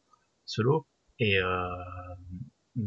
comment dire, mais vraiment ouais, c'était une super séquence. Et voilà, par contre je suis un peu cette histoire de, enfin je sais pas, ce dernier match là, je m'y attendais pas trop, j'en avais pas forcément envie, d'autant plus. Alors attendez, est-ce que vous allez m'aider là, mais le brand split il a lieu avant Battleground, on est d'accord? Il me semble que c'est juste avant Battleground, c'est le 10. C'est juste avant Battleground, ouais. Mais justement, j'ai pas précisé, ou alors c'est ma mémoire qui fait défaut, mais Zayn il parle bien de, justement, il dit bien, il faut qu'on organise ça avant on soit peut-être séparés, avant de partir. Ouais, donc du coup, c'est pas très cohérent tout ça. Je pense vraiment que ce brand split a été un petit peu mal placé en termes d'agenda. Mais voilà, donc ouais, ce fameux dernier match qui est comme à NXT là, c'est the end of the beginning quoi. Donc voilà, je trouve d'ailleurs un peu dommage, je sais pas ce que vous en pensez, mais j'ai trouvé ça un peu dommage que Kevin Owens a perdu son match contre Sami Zayn, je crois, à Raw, c'est la semaine dernière, je sais plus quand vous en avez parlé dans le dernier catch-up. Je crois que c'est ça, ouais. Je trouvais ça un peu dommage parce que je crois que Sami Zayn dans sa carrière a très très peu de fois battu Kevin Owens. Et j'aimais bien le fait que voilà, qu'au début voilà, il ait du mal à le battre. Donc j'aurais préféré que ça reste comme ça, en tout cas pour cette première partie de rivalité. Donc après il avait un paquet de défaites dans la poche, hein, Zayn. Ouais, mais il y a pas que Kevin Owens à battre, toi, ce que je veux dire. Ouais, ils auraient pu faire un autre match plutôt que refaire ce match-là. Ah, effectivement, c'est à la base, je pense que c'est une mauvaise idée de continuer sur cette rivalité, mais quand c'est bien fait comme ça, tu peux que t'incliner en fait. Hein, parce que, c'est ça. Vraiment, la séquence, ils sont tous impecables. En plus, Kevin Owens, il est effectivement tout en retenue. Bon. Jericho, c'est Jericho, moi j'aime bien, hein, donc ça me pose pas de problème. Et pour une fois, Zayn il sort vraiment une belle promo là de face, vraiment. Voilà, il en jette. Non, quand c'est bien fait comme ça, il y a pas. Voilà, du coup maintenant on a envie de voir le match quoi. Autant la semaine dernière c'était pas fait, autant là maintenant, voilà, on a envie de voir cette conclusion et puis ce sera sûrement un beau match hein, de toute façon, hein, faut pas se leurrer. Là, on a des cas d'or, donc il faut en profiter. Hein. On est loin de Rousseff Titus, quoi. On est à l'opposé, quoi. J'ai trouvé aussi que on sentait aussi vers la fin de la promo, on sentait de l'amertume chez les deux, quoi. Il y avait plus de. Ils ont pas, enfin, on voit qu'ils ont pas de colère et c'est en ça que le match va être intéressant parce qu'ils ont plus de colère, ils sont fatigués de s'être affrontés 300 ans et du coup ça promet peut-être aussi un match un peu différent de ce qu'on a vu, un peu moins spotfest peut-être, un peu plus psychologique. Donc voilà, j'ai trouvé ça vraiment. T'as raison. C'est vraiment la psychologie là qui rend ce match intéressant et ouais, je suis impatient du coup là de voir le match et de voir la finalité de ce match-là, comment ça va se terminer et toute la psychologie. C'est là qu'on voit le talent de Owens, de Zayn et puis de Jericho aussi quelque part. Partir sur un truc où c'est pas du tout gagné comme ça et puis même partir sur des trucs sur lesquels on s'attend pas. Hein, le Owens en retenue comme ça, moi je m'attendais pas du tout à ça. Ah oui, c'était intense. Non, impeccable. Bravo messieurs, bravo. Voilà, chapeau bas. Le label ketchup. Le premier label ketchup. Seal of quality. Voilà. On gardera dans les annales celui-là. On va terminer avec un peu de rire puisque on a un début de vidéo sur le Titantron où on voit des personnages dans le noir, on se dit directement c'est la Wyatt Family. Et puis on découvre leur visage et c'est New Day qui sont habillés en bouseux du bayou. Donc il se moque bien de New Day. Voilà, il y a Big E qui a une barbe, la grosse barbe de Luke Harper, je crois. Et puis il est habillé en quoi déjà, Kofi Kingston? Je crois qu'il est en Bray Wyatt. Non, il est en Eric Rowan. Ah non, il est en Eric Rowan. Rowan. Et Biggie, en fait, ouais, il est en mode Culberry Finn, quoi. Ouais. Je sais pas Tom si c'est ce Sawyer. qu'il voulait faire, mais c'est Tom Sawyer, ouais. Il fait Sauvage du Bayou. Donc voilà, ils font leur promo. Vous en parlerez peut-être parce que j'ai pas tout retenu de leur promo, mais c'est voilà, c'est les blagues potaches habituelles. Mais juste à ce moment-là, donc au bout de 2 minutes, on a bien sûr la vraie Wyatt Family qui arrive. Et donc Bray Wyatt qui lui sort un discours très sombre en disant le pouvoir de la positivité, est-ce que ça va sauver un homme qui a perdu son boulot et qui doit nourrir ses enfants qui meurent de faim? C'est la fin du monde, bordel. Et donc voilà, et ça touche pas, enfin si, ils redeviennent un petit peu sérieux, New Day, mais surtout, c'est Xavier Woods qui semble traumatisé par la promo de Bray Wyatt. Ah, complètement. Et donc, par la suite, on les voit backstage interviewés par Renee Young, et donc Kingston et Biggie, voilà, ils restent plutôt enjoués, plutôt en forme, tout ça. Et par contre, Xavier Woods dit pas un mot et il se tire même quasiment avant la fin de l'interview. Donc voilà, on a une espèce de signe comme quoi Xavier Woods pourrait rejoindre les Wyatt ou faire un turn, on ne sait pas. Donc voilà, je trouvais ça plutôt intéressant. Si vous avez des choses à dire sur cette séquence. Bah, enfin, les Wyatt, enfin après l'épisode de Daniel Bryan, on se souvient, c'était quelques années maintenant, qui avait comment dire, été touché a sombré sur par la Wyatt Family, qui avait passé du côté obscur, qui s'est un peu retourné le cerveau. Là, visiblement, Xavier Woods, c'est un esprit assez fragile, parce que il n'a pas fallu beaucoup que le sermon dure très longtemps pour qu'il se sente. Visiblement, il y a un truc. Faut fouiller dans son passé, dans son enfance. Il a dû se passer quelque chose. On en prendra certainement plus tard. Donc ouais, moi j'ai trouvé ce segment sympa, et puis surtout les New Day, voilà, il est temps de un petit peu de les secouer, et la fin de leur règne s'approchant probablement, concordant avec ce fameux record de durée de règne qui va être bientôt battu, pardon. Voilà. Programme pour les Wyatt, ouais, fallait bien leur trouver un programme, pourquoi pas, hein. C'est assez original parce que finalement les New Day, on avait imaginé tout un tas de prétendants crédibles, on va dire, pour leur prendre le titre. Ils ont tous glissé dessus, hein. Ils ont fait leur Fatal 4-Way au pay-per-view précédent, et on n'a plus entendu parler de n'importe quel autre team par rapport à Title Picture. Peut-être que certains pourraient regretter ça d'ailleurs.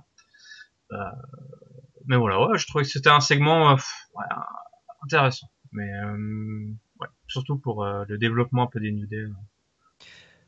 Et juste une chose que j'ai pas précisé aussi, c'est que j'ai trouvé la mise en scène plutôt sympa parce qu'ils avaient éteint une bonne partie des lumières du côté de la Wyatt Family, et enfin ça faisait un bon contraste en fait parce que la Wyatt Family était près du Titan Throne, mais ils avaient fait un petit peu l'ambiance dark d'un côté, et puis voilà, les New Day de l'autre. Ouais, d'ailleurs, quand tu avais la séquence dans l'obscurité, donc t'as les gens qui sortent leur smartphone, tu sais, pour faire jouer le jeu du générique, la musique après des familles Wyatt. Mais t'as aussi les licornes des New Day qui sont aussi phosphorescentes, qui brillent dans le noir. Donc je suis impatient, moi, au pay-per-view, de voir l'entrée des deux, où tu as les gens avec à la fois les smartphones qui brillent et plus les licornes des New Day. Alors, ça va donner une image assez rigolote. Ouais, moi je suis moins emballé, mais oui, non, il est emballé par lui. C'était trop long, moi je trouve, la séquence. J'ai bien rigolé quand je les ai vus apparaître à l'écran, le New Day grimé en Wyatt Family, mais après j'espérais qu'ils allaient nous faire des imitations, des trucs comme ça, puis finalement ils ont fait une promo classique, pas drôle, lent, c'était long. La Wyatt Family sans Luke Harper, moi, ça me fait peur. Hein. Je suis moins enthousiaste que vous sur ce que ça va donner dans la suite. Par contre, j'aime bien ce je t'interromps tout de suite, mais Xavier Woods étant grimé en Luke Harper étant actuellement en dehors des rings, est-ce qu'il n'y aurait pas eu genre une histoire de transfert de personnalité Luke Harper dans Xavier Woods qui expliquerait... C'est pour ça que tu m'arrêtes dans mon explication. Oui, bonjour, j'entends sur mon balcon. c'est possible. Non, j'aime bien ce qu'ils font avec Xavier Woods. Effectivement, ouais, ça pourrait être un truc marrant. Mais après, la promo en elle-même, j'ai trouvé ça trop long. Et puis moi, j'ai toujours du mal avec cette division tag team qui tourne juste autour du New Day, tout le temps le New Day. Voilà, effectivement, comme tu disais, on n'a pas trouvé de challenger intéressant hormis la Wyatt Family. Ça, c'est bien parce que la division tag team, elle est pas au top du top, quoi qu'on en dise, quoi. Mais il y a des bonnes équipes, mais ça bouge pas, quoi. Enfin, sur New Day, moi, quand je l'ai... enfin, du coup, bon, le fait qu'il soit grimé en Wyatt Family, bon, c'était marrant, mais quand je les ai vus arriver, j'étais en train de me dire, ça commence à être, même là, ces dernières semaines, ça commence à être long un petit peu, les New Day qui trouvent à chaque fois, enfin, qui font à chaque fois leur sketch, etc. Et puis en face, il y a pas vraiment de répondant pour l'instant. Et Enzo et Cass sont repartis à la casse départ. Affronter les social outcasts, quoi. Voilà, pour les social outcasts. Alors il faut dire que c'est ça le truc, faut dire que comment il s'appelle, Curtis Axel, il est bon, hein. Par contre, lui il est vraiment talentueux. Mais bon, ça fait vraiment plaisir de le revoir. Hein. Voilà, il nous avait manqué. T'as résumé une fois notre petite minute, Curtis Axel. Voilà. Et on va se faire taper dessus. Voilà. Moi, au moins, dans les social outcasts, j'avoue que moi, Bo Dallas, même s'il sort que de la merde, il me fait toujours marrer. Ah, il est génial, Bo Dallas. Quand il catche pas, super. Il doit juste pas catcher, mais sinon quand il catche pas, il sort. On a une division tag team qui brille pas au micro, mais peut-être un peu moins sur le ring. C'est ça. Et puis on fait rien avec, vu qu'ils sont occupés à sauver AJ Styles toutes les 2 secondes, on fait rien avec Gallows et Anderson, donc c'est aussi du gâchis et pas du gâchis parce que ça fait partie de la storyline. Mais donc ouais, c'est sûr que ça manque de talent, et puis bon, on aura peut-être un The Revival ou Chad et Gable qui arriveront d'ici quelques mois, mais ou les deux. Oh là là. De toute façon, toutes les storylines, si les deux arrivent, le draft. Ouais. Tout ce qu'on est en train d'analyser, ça va tomber à l'eau. Il y a le draft qui va arriver, ils vont faire de nouvelles histoires, et puis ça va partir sur autre chose, je pense. Ouais, le pire, c'est que ouais, t'as peut-être bien raison. Au moins, on n'a pas eu. Vous avez remarqué, d'ailleurs, vous avez remarqué. Oui, vas-y.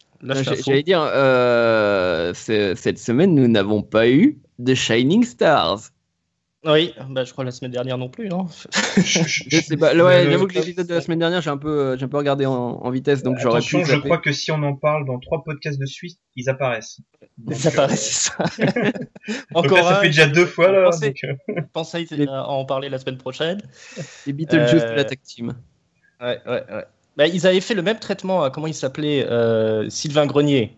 C'était Sylvain, l'ambassadeur du Québec. Pareil, pendant 1 mois ou 2, des vignettes. Il est venu 2 semaines et puis il a été viré. Alors, je sais pas s'ils vont faire pareil avec. Je sais pas s'ils ont des accords avec les. C'est la team Panini, le mec qui collectionne les vignettes. Ça.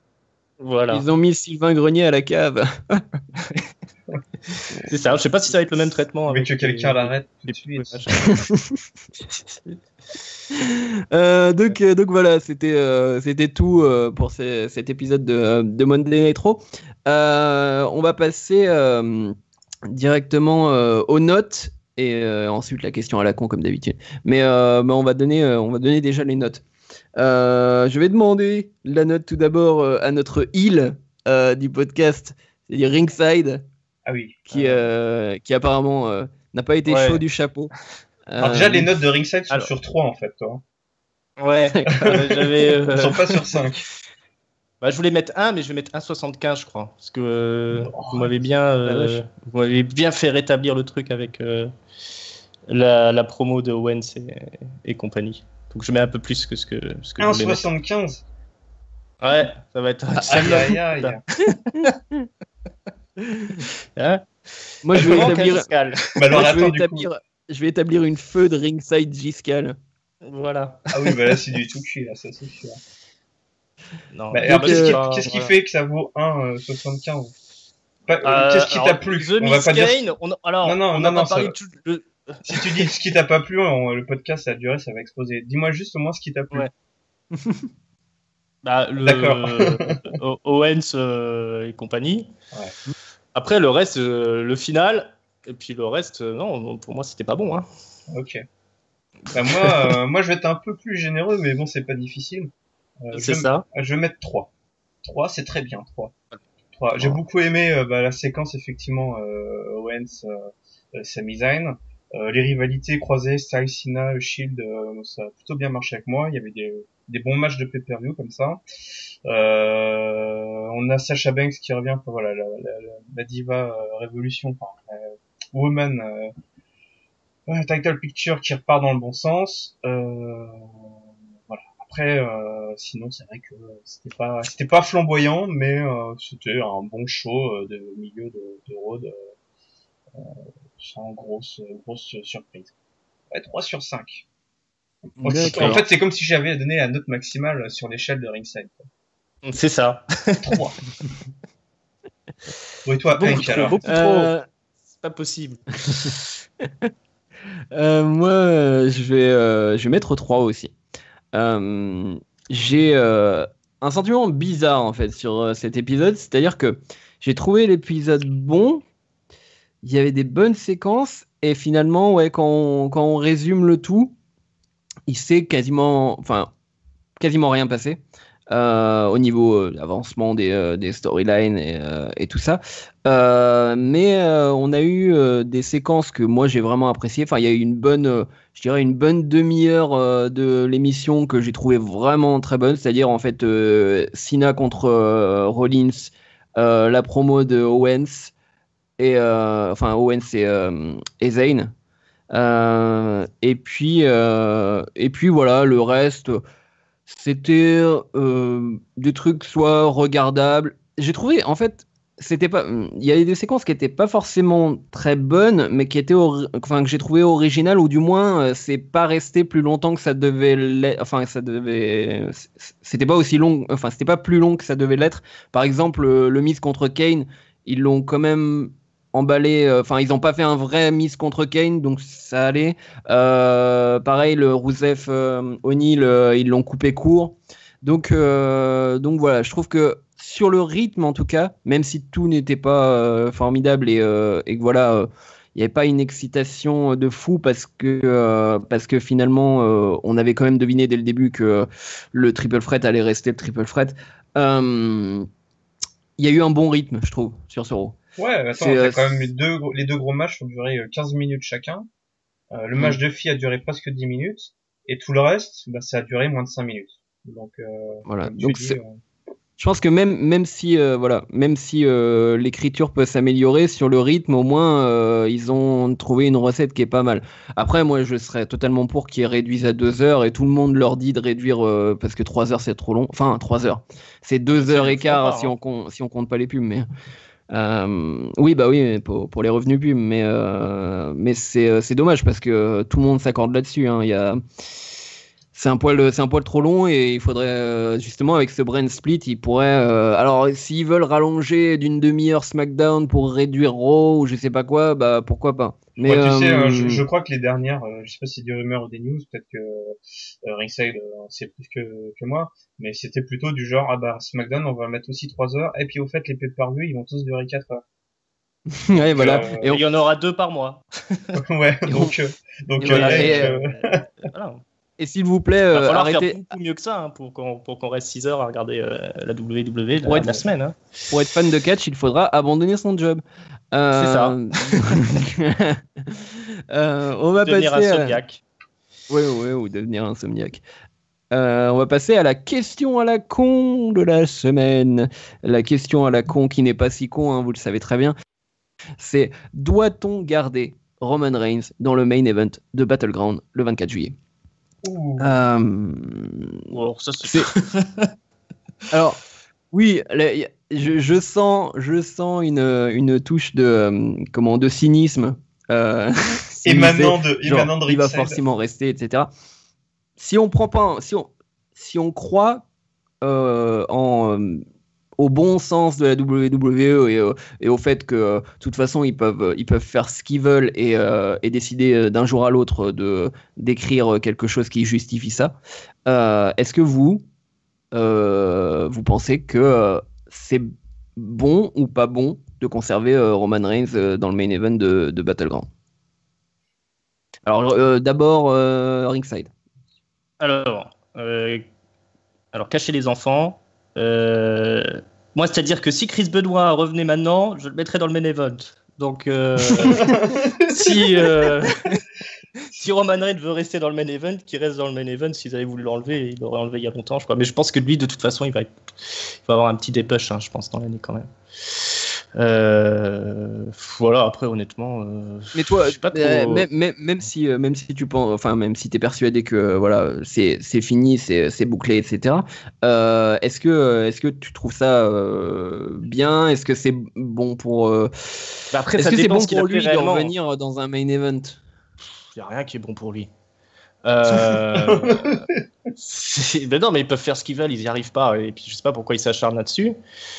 Après qu'il reste vraiment pour le match là en particulier, c'est l'affiche le Shield, les 3 du Shield qui s'affrontent, c'est une belle affiche. Une belle affiche un peu gâchée par ça en fait. Finalement. Ouais, mais du coup ça va attirer les curieux d'un point de vue business. C'est... Bien sûr. C'est intelligent. Business, il faut le garder. Le garder et peut-être même le réitérer pour SummerSlam en fonction de ce qui va se passer. Voilà, qu'il soit intégré ou non directement dans dans le match. On peut aussi imaginer qu'effectivement ils le mettent de côté et puis que il intervienne dans le 1 contre 1 et du coup ça fait triple threat à SummerSlam avec une espèce de heel turn de Roman Reigns parce que le mec finalement l'autorité ou je ne sais qui a décidé de finalement le kicker de l'affiche à Battleground et le mec il intervient à la fin de Battleground pour foutre le bordel dans le match. Ok d'accord tu reviens on va faire le SummerSlam et là on aura notre fameuse triple threat pour un gros pay-per-view. Voilà, c'est difficile entre ce qu'on veut ce qu'on imagine ce que va faire la WWE d'un point de vue business, ce qu'il devrait faire par rapport au catcheur en lui-même plus que nous on voudrait ou ce qu'on imagine. C'est plein de choses totalement différentes, toi, et je sais pas ce qui va l'emporter entre effectivement le côté business et le côté gestion du vestiaire, faire un exemple. Après, est-ce qu'il risque pas un retour de bâton en le maintenant dans le pay-per-view? Parce que là, pour l'instant, il se passe rien au niveau des médias, on va dire mainstream. Mais s'ils le maintiennent, est-ce qu'il peut pas y avoir un peu une diffusion dans les médias comme ça d'une information comme quoi ils ont mis dans le main event un mec qui a failli à la wellness policy? Parce que ça peut pas leur faire de la mauvaise publicité, ça aussi. Au final. Ça marchera que si on connaît la raison, quoi. Si on connaît pas la raison, c'est trop abstrait c'est pour ça que les médias, enfin, je pense pas que ça résonne beaucoup dans les médias pour l'instant parce qu'on connaît pas la raison. Après, une fois que t'as, genre, il a fumé un joint ou il a fait tel truc, etc. Là, t'as un titre pour des articles buzz. Mais pour l'instant, bon, c'est pas très buzzant de dire. Il a failli à la wellness policy. Les gens, c'est quoi la wellness policy? Même nous, on aurait du mal à l'expliquer. Donc, par contre, j'ai trouvé il y avait une bonne idée dans ce que tu disais, Jérém. C'était du coup de le faire revenir en heel. Mais moi, je dirais pour aller encore plus loin, il pourrait, vu qu'ils assument le fait qu'il ait été suspendu, pourquoi pas. Mais alors là, c'est vraiment un peu rêve de booking. Pourquoi pas le faire, dire qu'il l'éjecte. Et là, personne comprendrait, tu vois, tout le monde va non, mais c'est n'importe quoi, c'est pas expliqué, c'est incohérent et tout ça. Et là, à la fin donc du match, on fait toujours l'intervention de Roman Reigns, mais cette fois-ci, en fait, c'est qu'il a pactisé avec l'autorité, parce que s'il pactisait pas. comment il pourrait pas. Enfin, ouais. voilà. Il aurait pas fait revenir, quoi. Et justement, le pacte pour battre Ambrose que déteste Stéphanie. Donc voilà, ça s'emboît très bien. Donc si vous êtes de la WWE France, n'hésitez pas à me contacter. J'ai formidable idée de booking pour vous. Vous sortir du pétrin quand vous avez votre top guy qui a fait des conneries, appelez Hank. Voilà. De toute façon, ce qui est sûr, c'est qu'ils vont l'utiliser pour le personnage. Tu vois, ils vont intégrer ce qui s'est passé. Ils l'ont commencé là. Ils vont l'utiliser. Ouais, mais... J'ai du mal à me dire, ils vont pas l'utiliser. Pas forcément le rabâcher, tu vois, mais en profiter pour utiliser cette suspension pour faire quelque chose de son retour et pas juste le mec, il apparaît Battleground, on l'aura pas vu pendant 4 semaines. Moi, j'ai très peur. Son tweet, en fait, ça me fait assez peur parce que le mec la joue j'assume et machin. Ouais. Et donc, du coup, le pire truc qu'il pourrait faire, et pour l'instant ça part là-dessus, c'est la rédemption. Et s'il arrive en mode rédemption, mais la rédemption du mec qui a fumé un joint, c'est plus des bouts, c'est plus des bouts qu'il va se taper, c'est des tomates. Hein. C'est ça, mais donc voilà, ouais, c'est pour ça que moi, je pense que il faut moi, je suis pour le retirer du match, quitte à le rajouter en mode heal qui revient à la fin du match, etc. Bien sûr. Mais je pense qu'il faut le retirer parce que pour l'instant, ça fait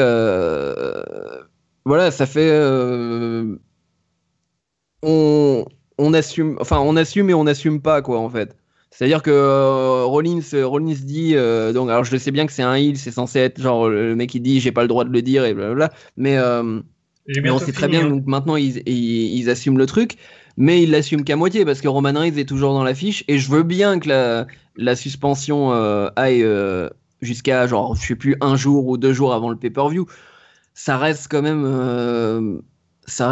un brin incohérent ou illégitime de l'autoriser à revenir pour ça, quoi. Je trouve.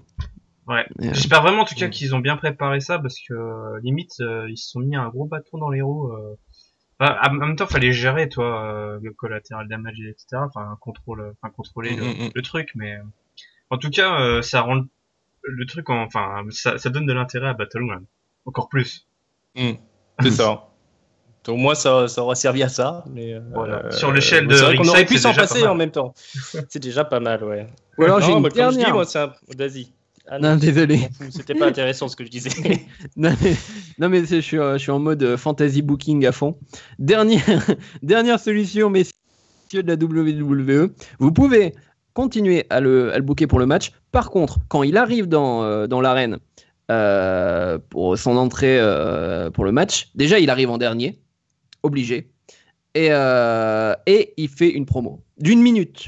Mais il sort un truc qui justifie, enfin bref, qui construit un peu le personnage, ouais. Genre soit il est en mode vénère ou je sais pas quoi, mais etc. Mais une promo, quoi, pas juste qu'il arrive et qu'il catch alors que voilà, comme si de rien n'était. Ouais. C'est le pire qui puisse arriver, c'est faire comme si de rien n'était. Alors qu'ils ont pas fait comme si de rien n'était. Ils peuvent plus faire marche arrière. Alors il arrive et il gagne. Il arrive sur le ring et il se roule un gros joint au milieu du ring. Le gros stick, voilà. Roman Reigns, un gros stick. Son nouveau gimmick. Emmerde. Il fait un squash. Voilà. Il fait un squash, il les défonce les deux, ça dure 5 minutes. Et il s'en allume un gros avec le titre triomphant. Et juste après ça, et là il casse Internet. Voilà. Et juste après ça, on a une alliance des fans de la WWE avec Daesh pour faire un attentat au prochain pay-per-view. Bon, on ne devrait pas rire de ça, je suis désolé, mais des moments, les fans. Voilà, il se fait super tard. On enregistre ce podcast, je pense à l'horaire le plus tôt que j'ai jamais fait. On va vous remercier parce qu'on a rien d'autre à dire sur Roman Reigns à part bonne chance et salut l'ami. Ouais. Je remercie mes compatriotes Et néanmoins, camarade, Ringside, merci d'être venu. Merci. Merci à toi, merci à vous. Et merci Guérem. Merci à vous et n'oubliez pas, vous pouvez suivre le podcast sur PodCloud, iTunes, YouTube, Mixcloud. Abonnez-vous. Abonnez-vous, donnez-nous plein de likes et de commentaires aussi, parce qu'on regardera et tout ça. Commentez, likez, partagez. Donc voilà, parce que c'est Monsieur Yerem qui s'occupe de tout ça et on le remercie énormément parce qu'il fait des jolis visuels et il upload les choses partout. On vous souhaite une très bonne semaine de catch. Et on vous dit à très bientôt. Salut. À plus. Ciao, ciao.